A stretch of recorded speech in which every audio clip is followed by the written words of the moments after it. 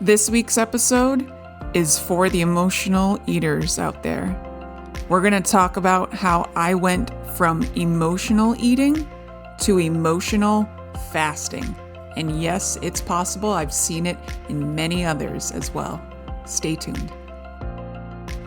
Welcome to the Fasting Focused Lifestyle Podcast, where each week I will be discussing all things fasting and how it can become the most valuable tool in your personal toolkit so that you can live a long, healthy, and meaningful life. I'm your host, Vicki Sharon, and thank you for joining me. Hey friend, if you are like me and you're listening, I absolutely was an emotional eater for as long as I remember. And I'm 39 years old. I'm going to be 40 on the 1st of March. So yeah, but first I want to talk about why my default setting was emotional eating. Why did that get so established in my mindset, in my way of life, in my practice since the very beginning? And I think it holds ties and roots to when I was a kid and they would be treats or what I would call sometimes foods very commonly present in my household. And those little treats we would associate with, oh, just a special little snack, or oh, you're feeling this way, I have something for you, or any celebratory moments were made extra special with certain foods, especially with certain people, but certain foods. And foods, to me, in my own weird, messed up kind of interpretation, foods were seen as a fix, as a Band-Aid, as a filler for boredom, as something that I just leaned into and practiced whenever I felt uncomfortable and didn't want to deal with the bubbling up emotions that I was feeling at the time, whether it was getting picked on because I was tall and nerdy, or that I had glasses, or my weird curly hair, and how I was, not like other people in my class, in my grade, and how I was the weird art kid, and how I predominantly kept to myself.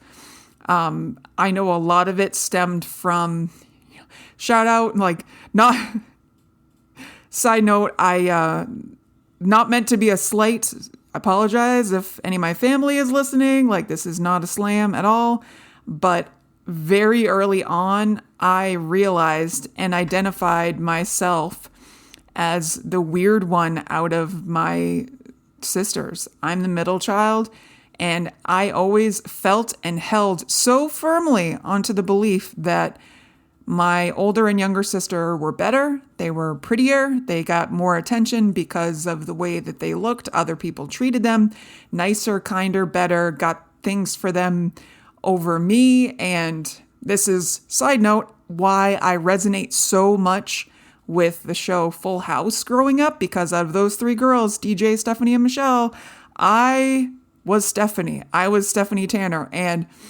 additional little side note, for those that are fans and have seen many, many times all the entire episodes of Full House, there's an episode specifically that anytime I felt victimized, or I interpreted it as being victimized, there's this episode where I feel myself getting choked up.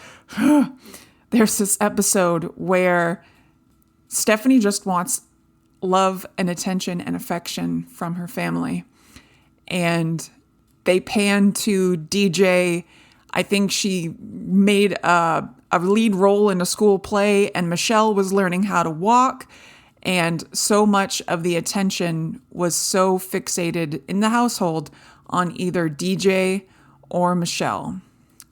And there's a part in that episode, and I know it's just like a daydream kind of little segment that Stephanie goes into, but when Stephanie comes home from school and says something to the effect of, oh, I'm the first kid that went to the moon, and she has this pink astronaut suit, and starts flying around. She said, I learned how to fly today. And she's flying around the living room in her pink astronaut outfit.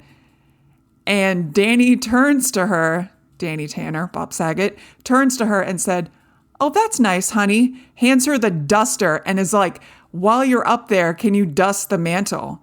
And that was a big, like, I don't remember exactly the first time I remember seeing it, but I remember seeing it and watching it and thinking, wow, that's pretty much a feeling that I felt so often growing up. And it wasn't just from my direct family. It was the way I was treated by others and my classmates at school. It was in general public, because obviously it's that negative cycle that I was in of feeling this way. I need to lean into food. Food just helps me numb the pain and numb these hard mental weeds that I had at the time that I had no idea how to process and deal with.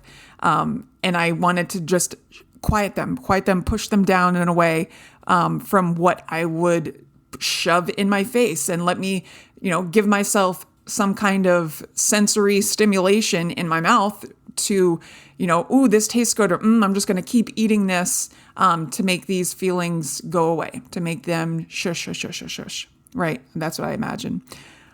And that was just a default standard way of life that I had for so long, even throughout all the times that I had made very deliberate attempts in losing weight.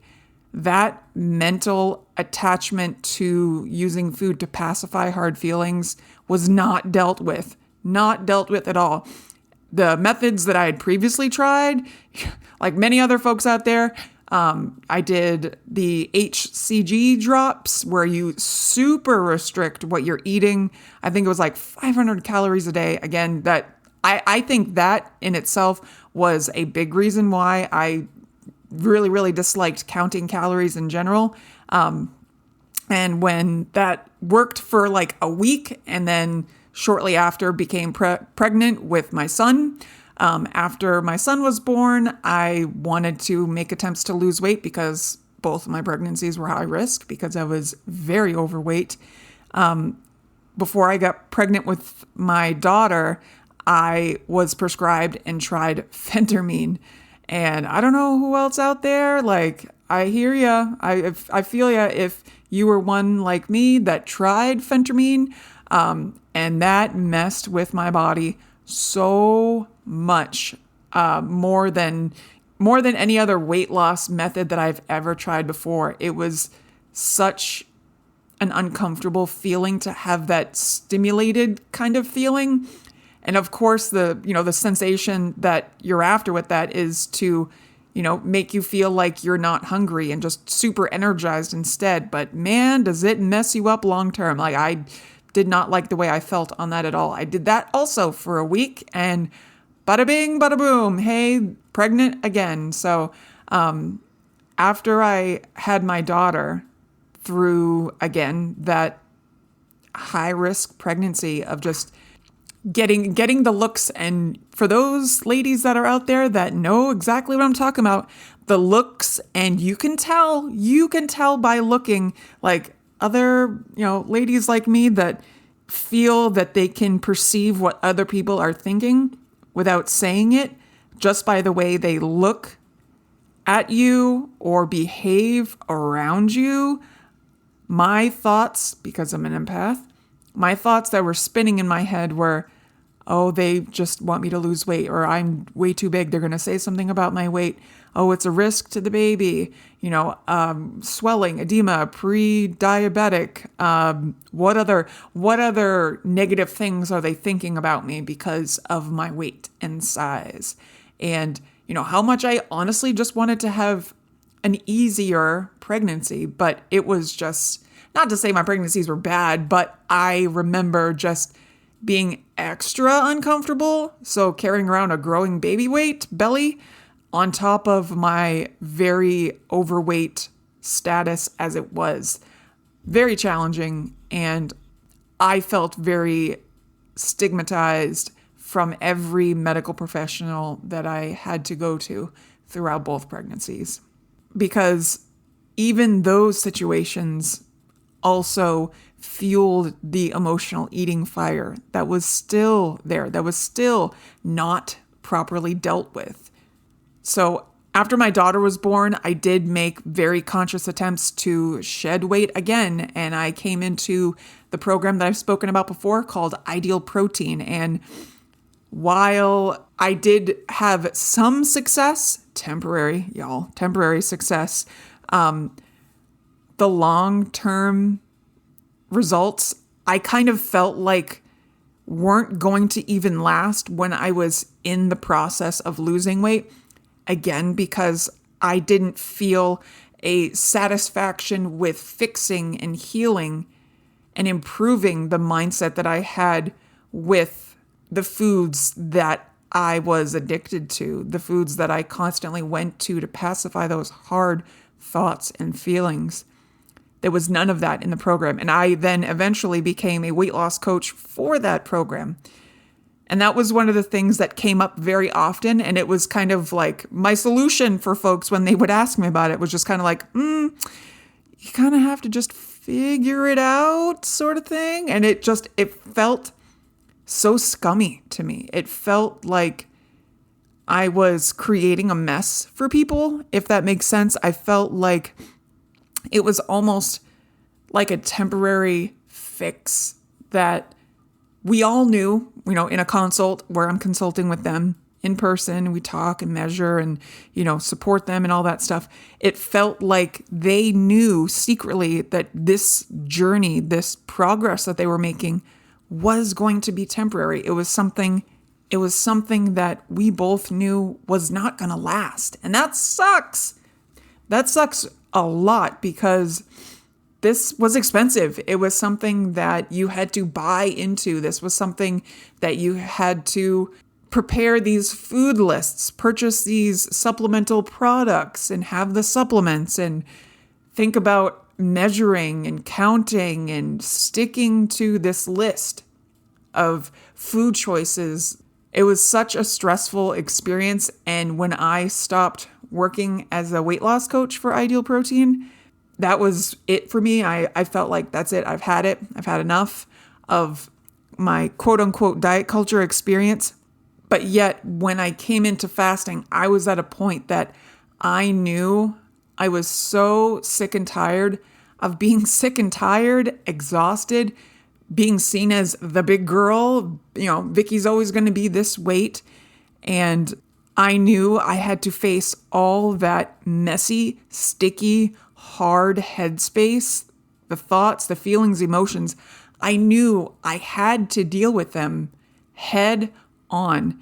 And I've kind of interpreted it as like facing your inner bully. So those bits of verbiage that constantly are spinning and telling you you're not enough, you'll always fail at this, she's always going to be the big girl, he'll always be that size. I held on to those thoughts and beliefs for my entire life before fasting. And they have been in my life for so long that I don't really exactly remember where they originate from. I just remember being the weird, chubby girl since very early on. And it was labels given to me from other people. Do I see myself in that same way? Well, there's certain elements that I love my own quirkiness, and I know we should all love our unique quirkiness.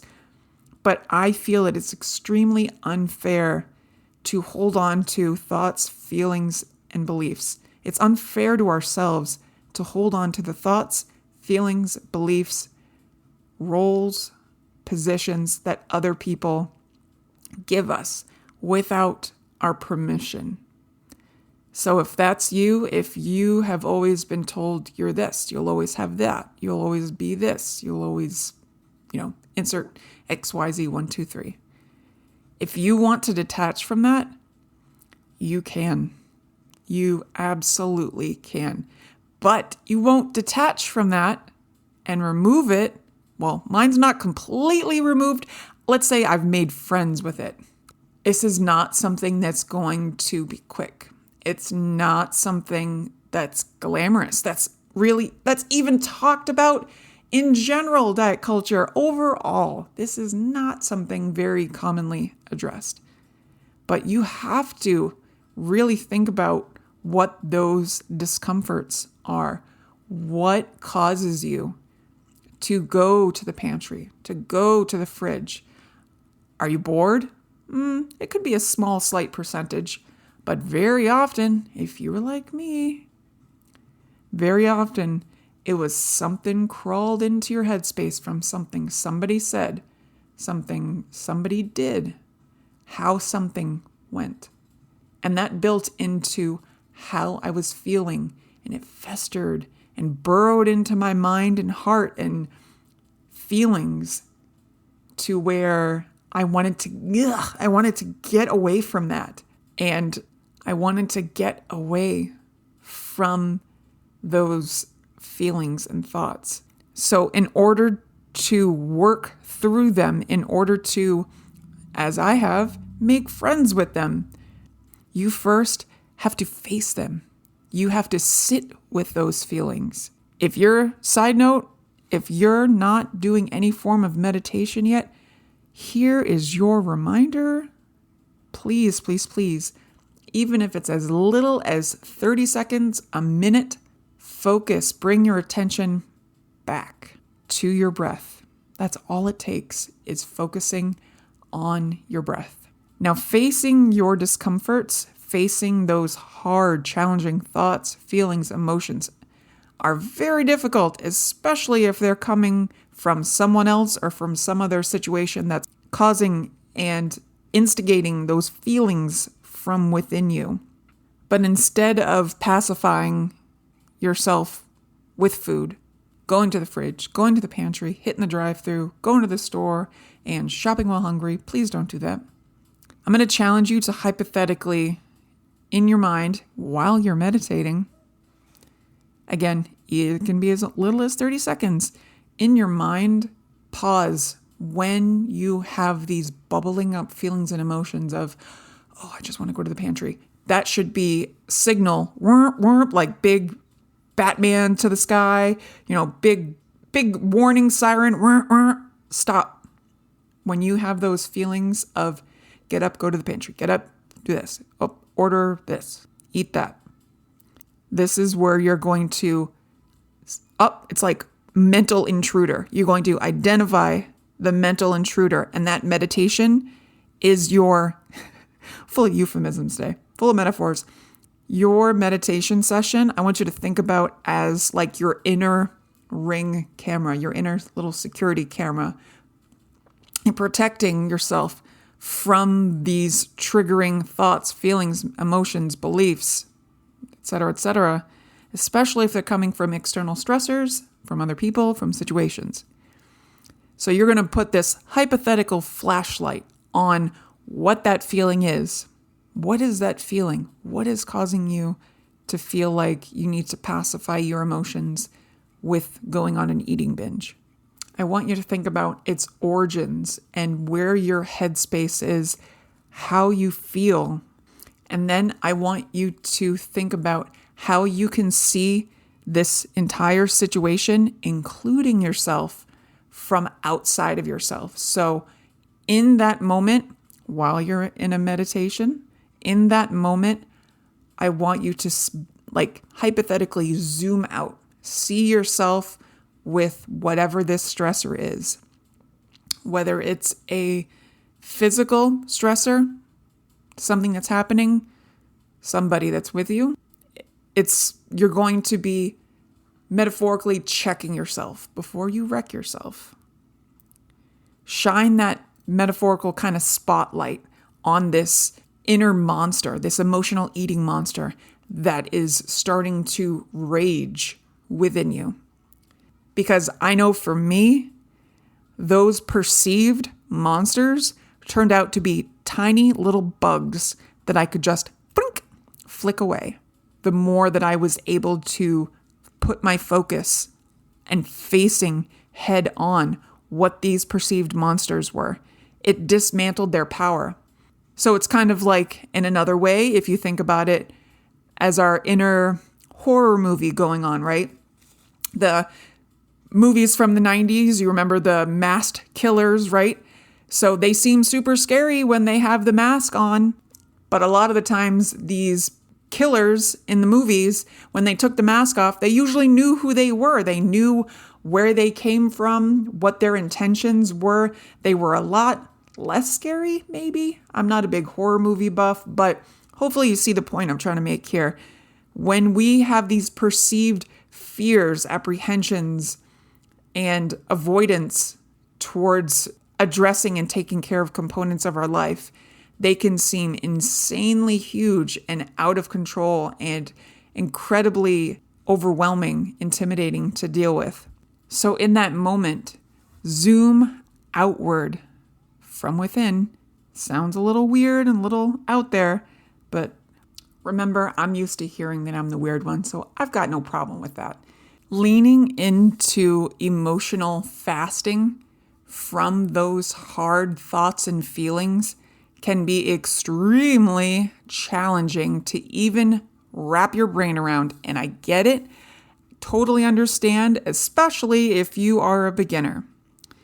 But as I've said many times before, getting into a consistent pattern of practicing fasting every single day in some form, starting low, increasing the intensity over time, you're very quickly going to become fat adapted. You're going to activate that long-term metabolic switch that happens around the 4 to 5 week mark.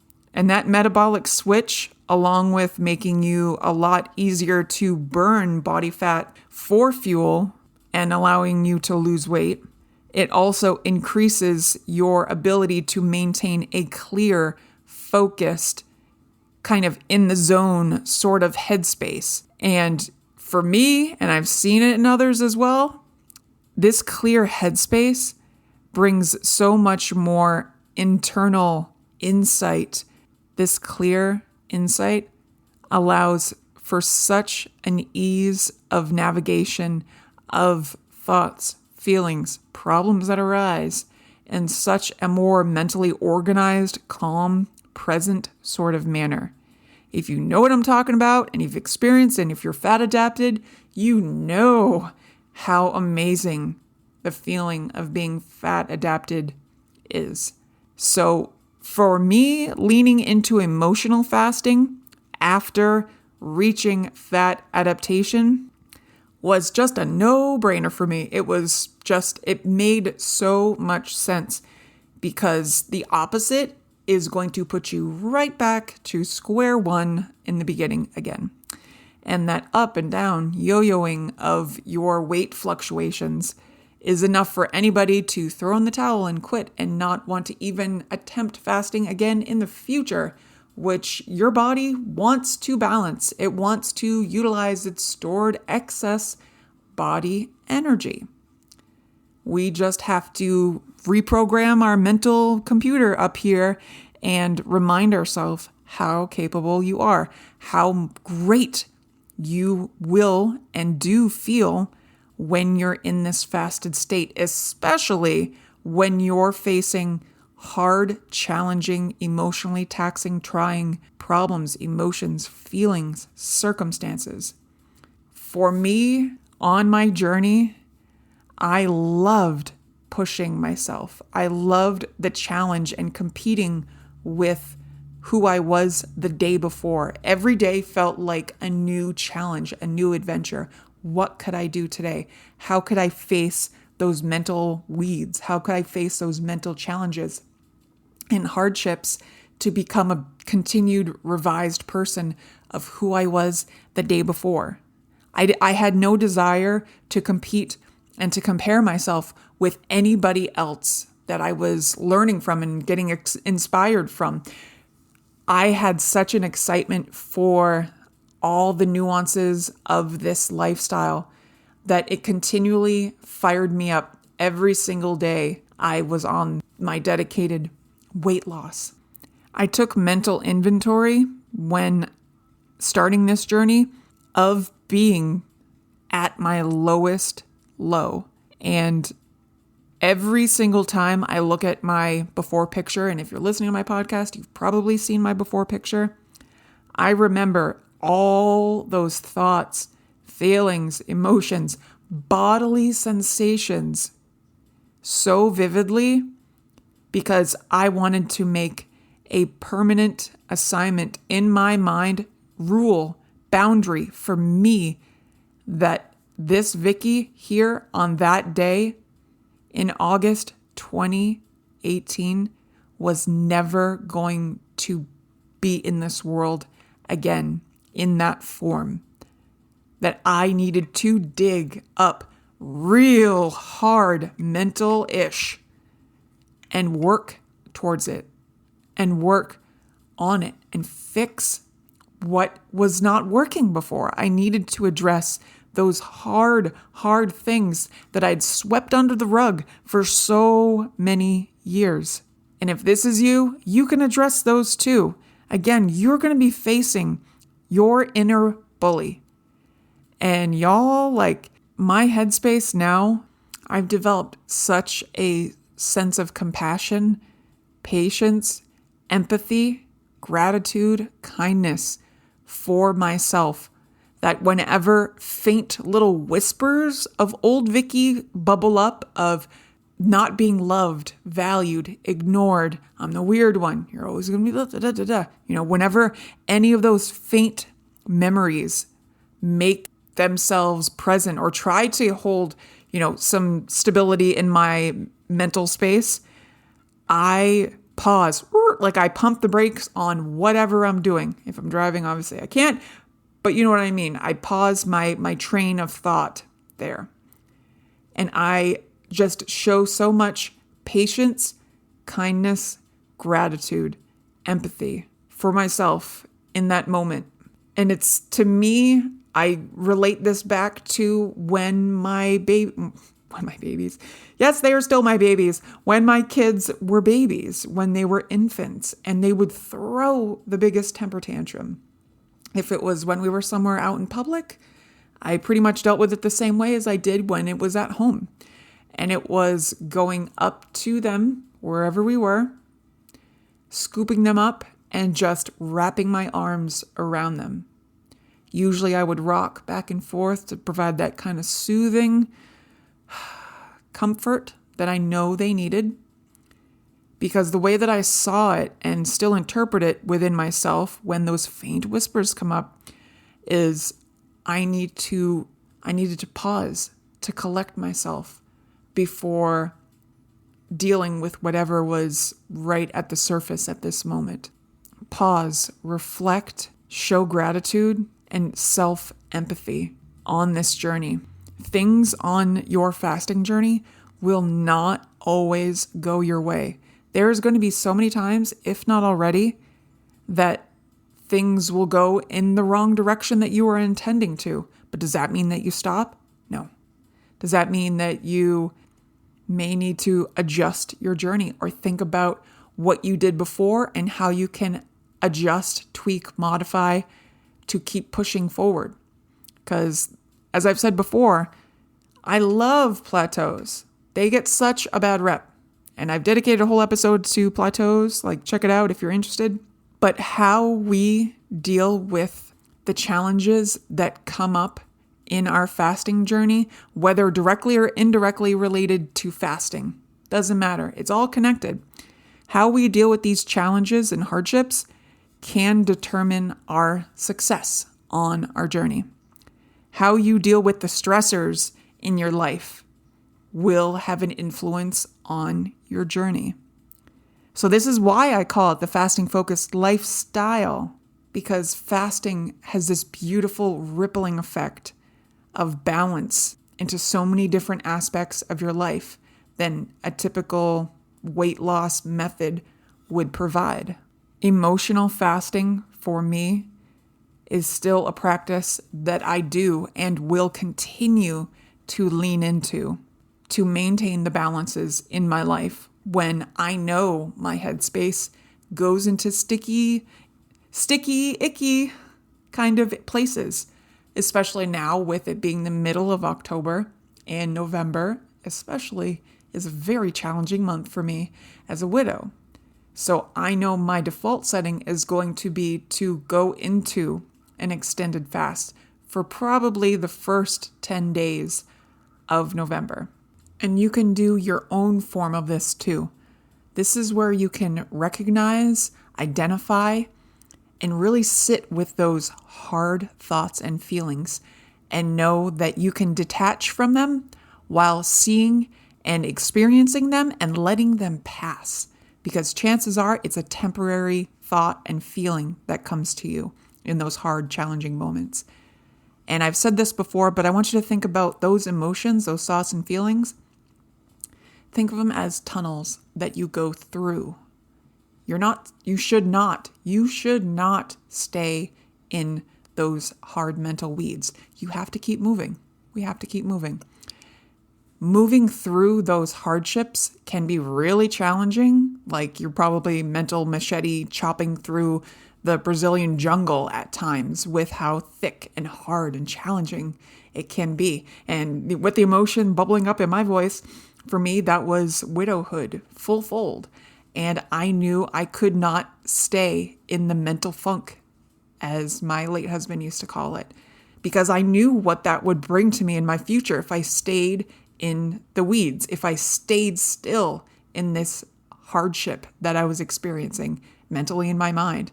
So while it seemed silly to so many people around me, while my husband right beside me was in the process of passing away and in hospice, and we're just sitting beside him bedside, and other folks would go out and grab bites to eat or things to pacify the time and to, keep themselves busy. I sat with my emotions in that fasted state the day of our wedding anniversary when I was told that he was dying and would be needing to be transferred to hospice. My inner little switch flipped and said, "Girl, you're fasting through this. You need to stay as mentally sharp and strong as possible." Because I knew the opposite. If I stayed succumbing to these mental weeds that were growing fiercely fast in my mind, I knew that if I dealt with them the way that old Vicky had before fasting, mind you, I was halfway through my journey. If I stayed with the behavior that had got me to where I was almost 400 pounds, I would not be where I am today, for absolute certainty.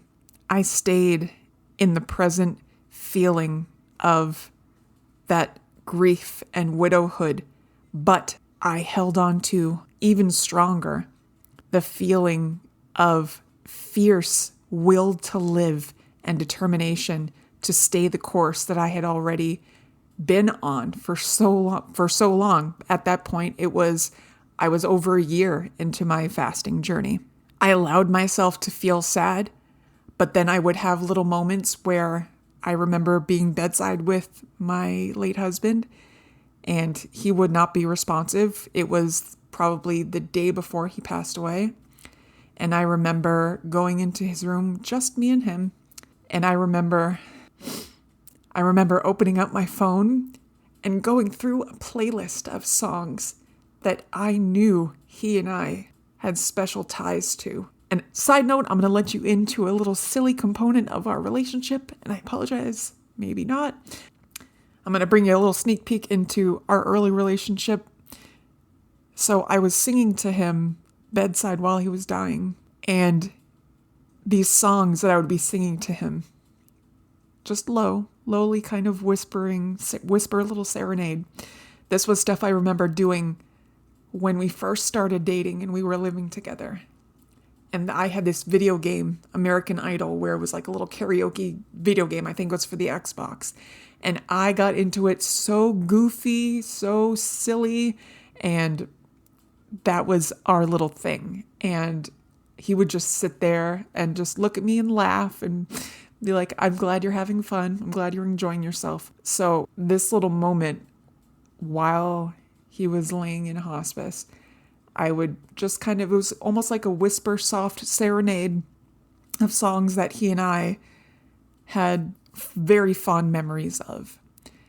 And I could feel the hand squeeze. He gave me a few hand squeezes, and that was also a little special thing for us where we did 3 little quick squeezes. Squeeze, squeeze, squeeze. And that meant, I love you.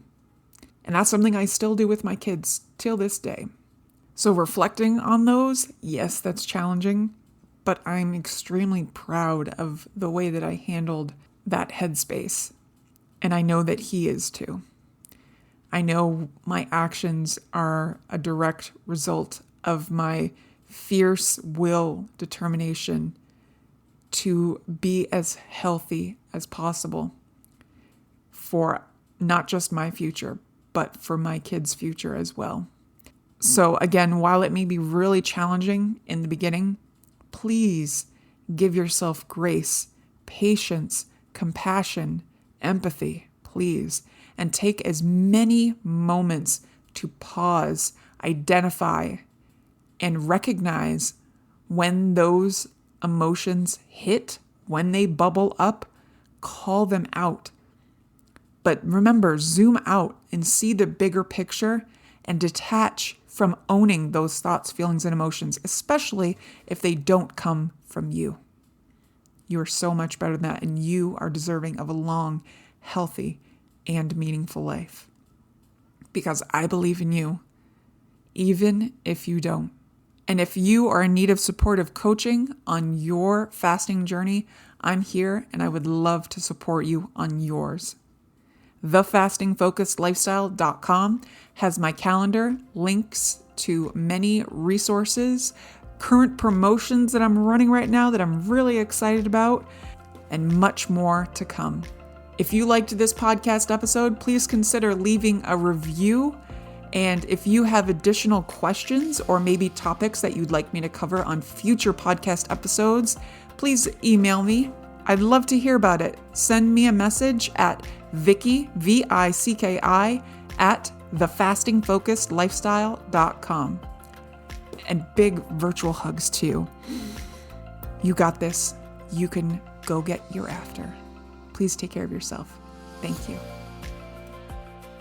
The Fasting Focused Lifestyle Podcast. Copyright 2023. The information given within this podcast is not intended or implied to be a substitute for professional medical advice, diagnosis, or treatment. Please consult your doctor before starting any weight loss method. Thank you.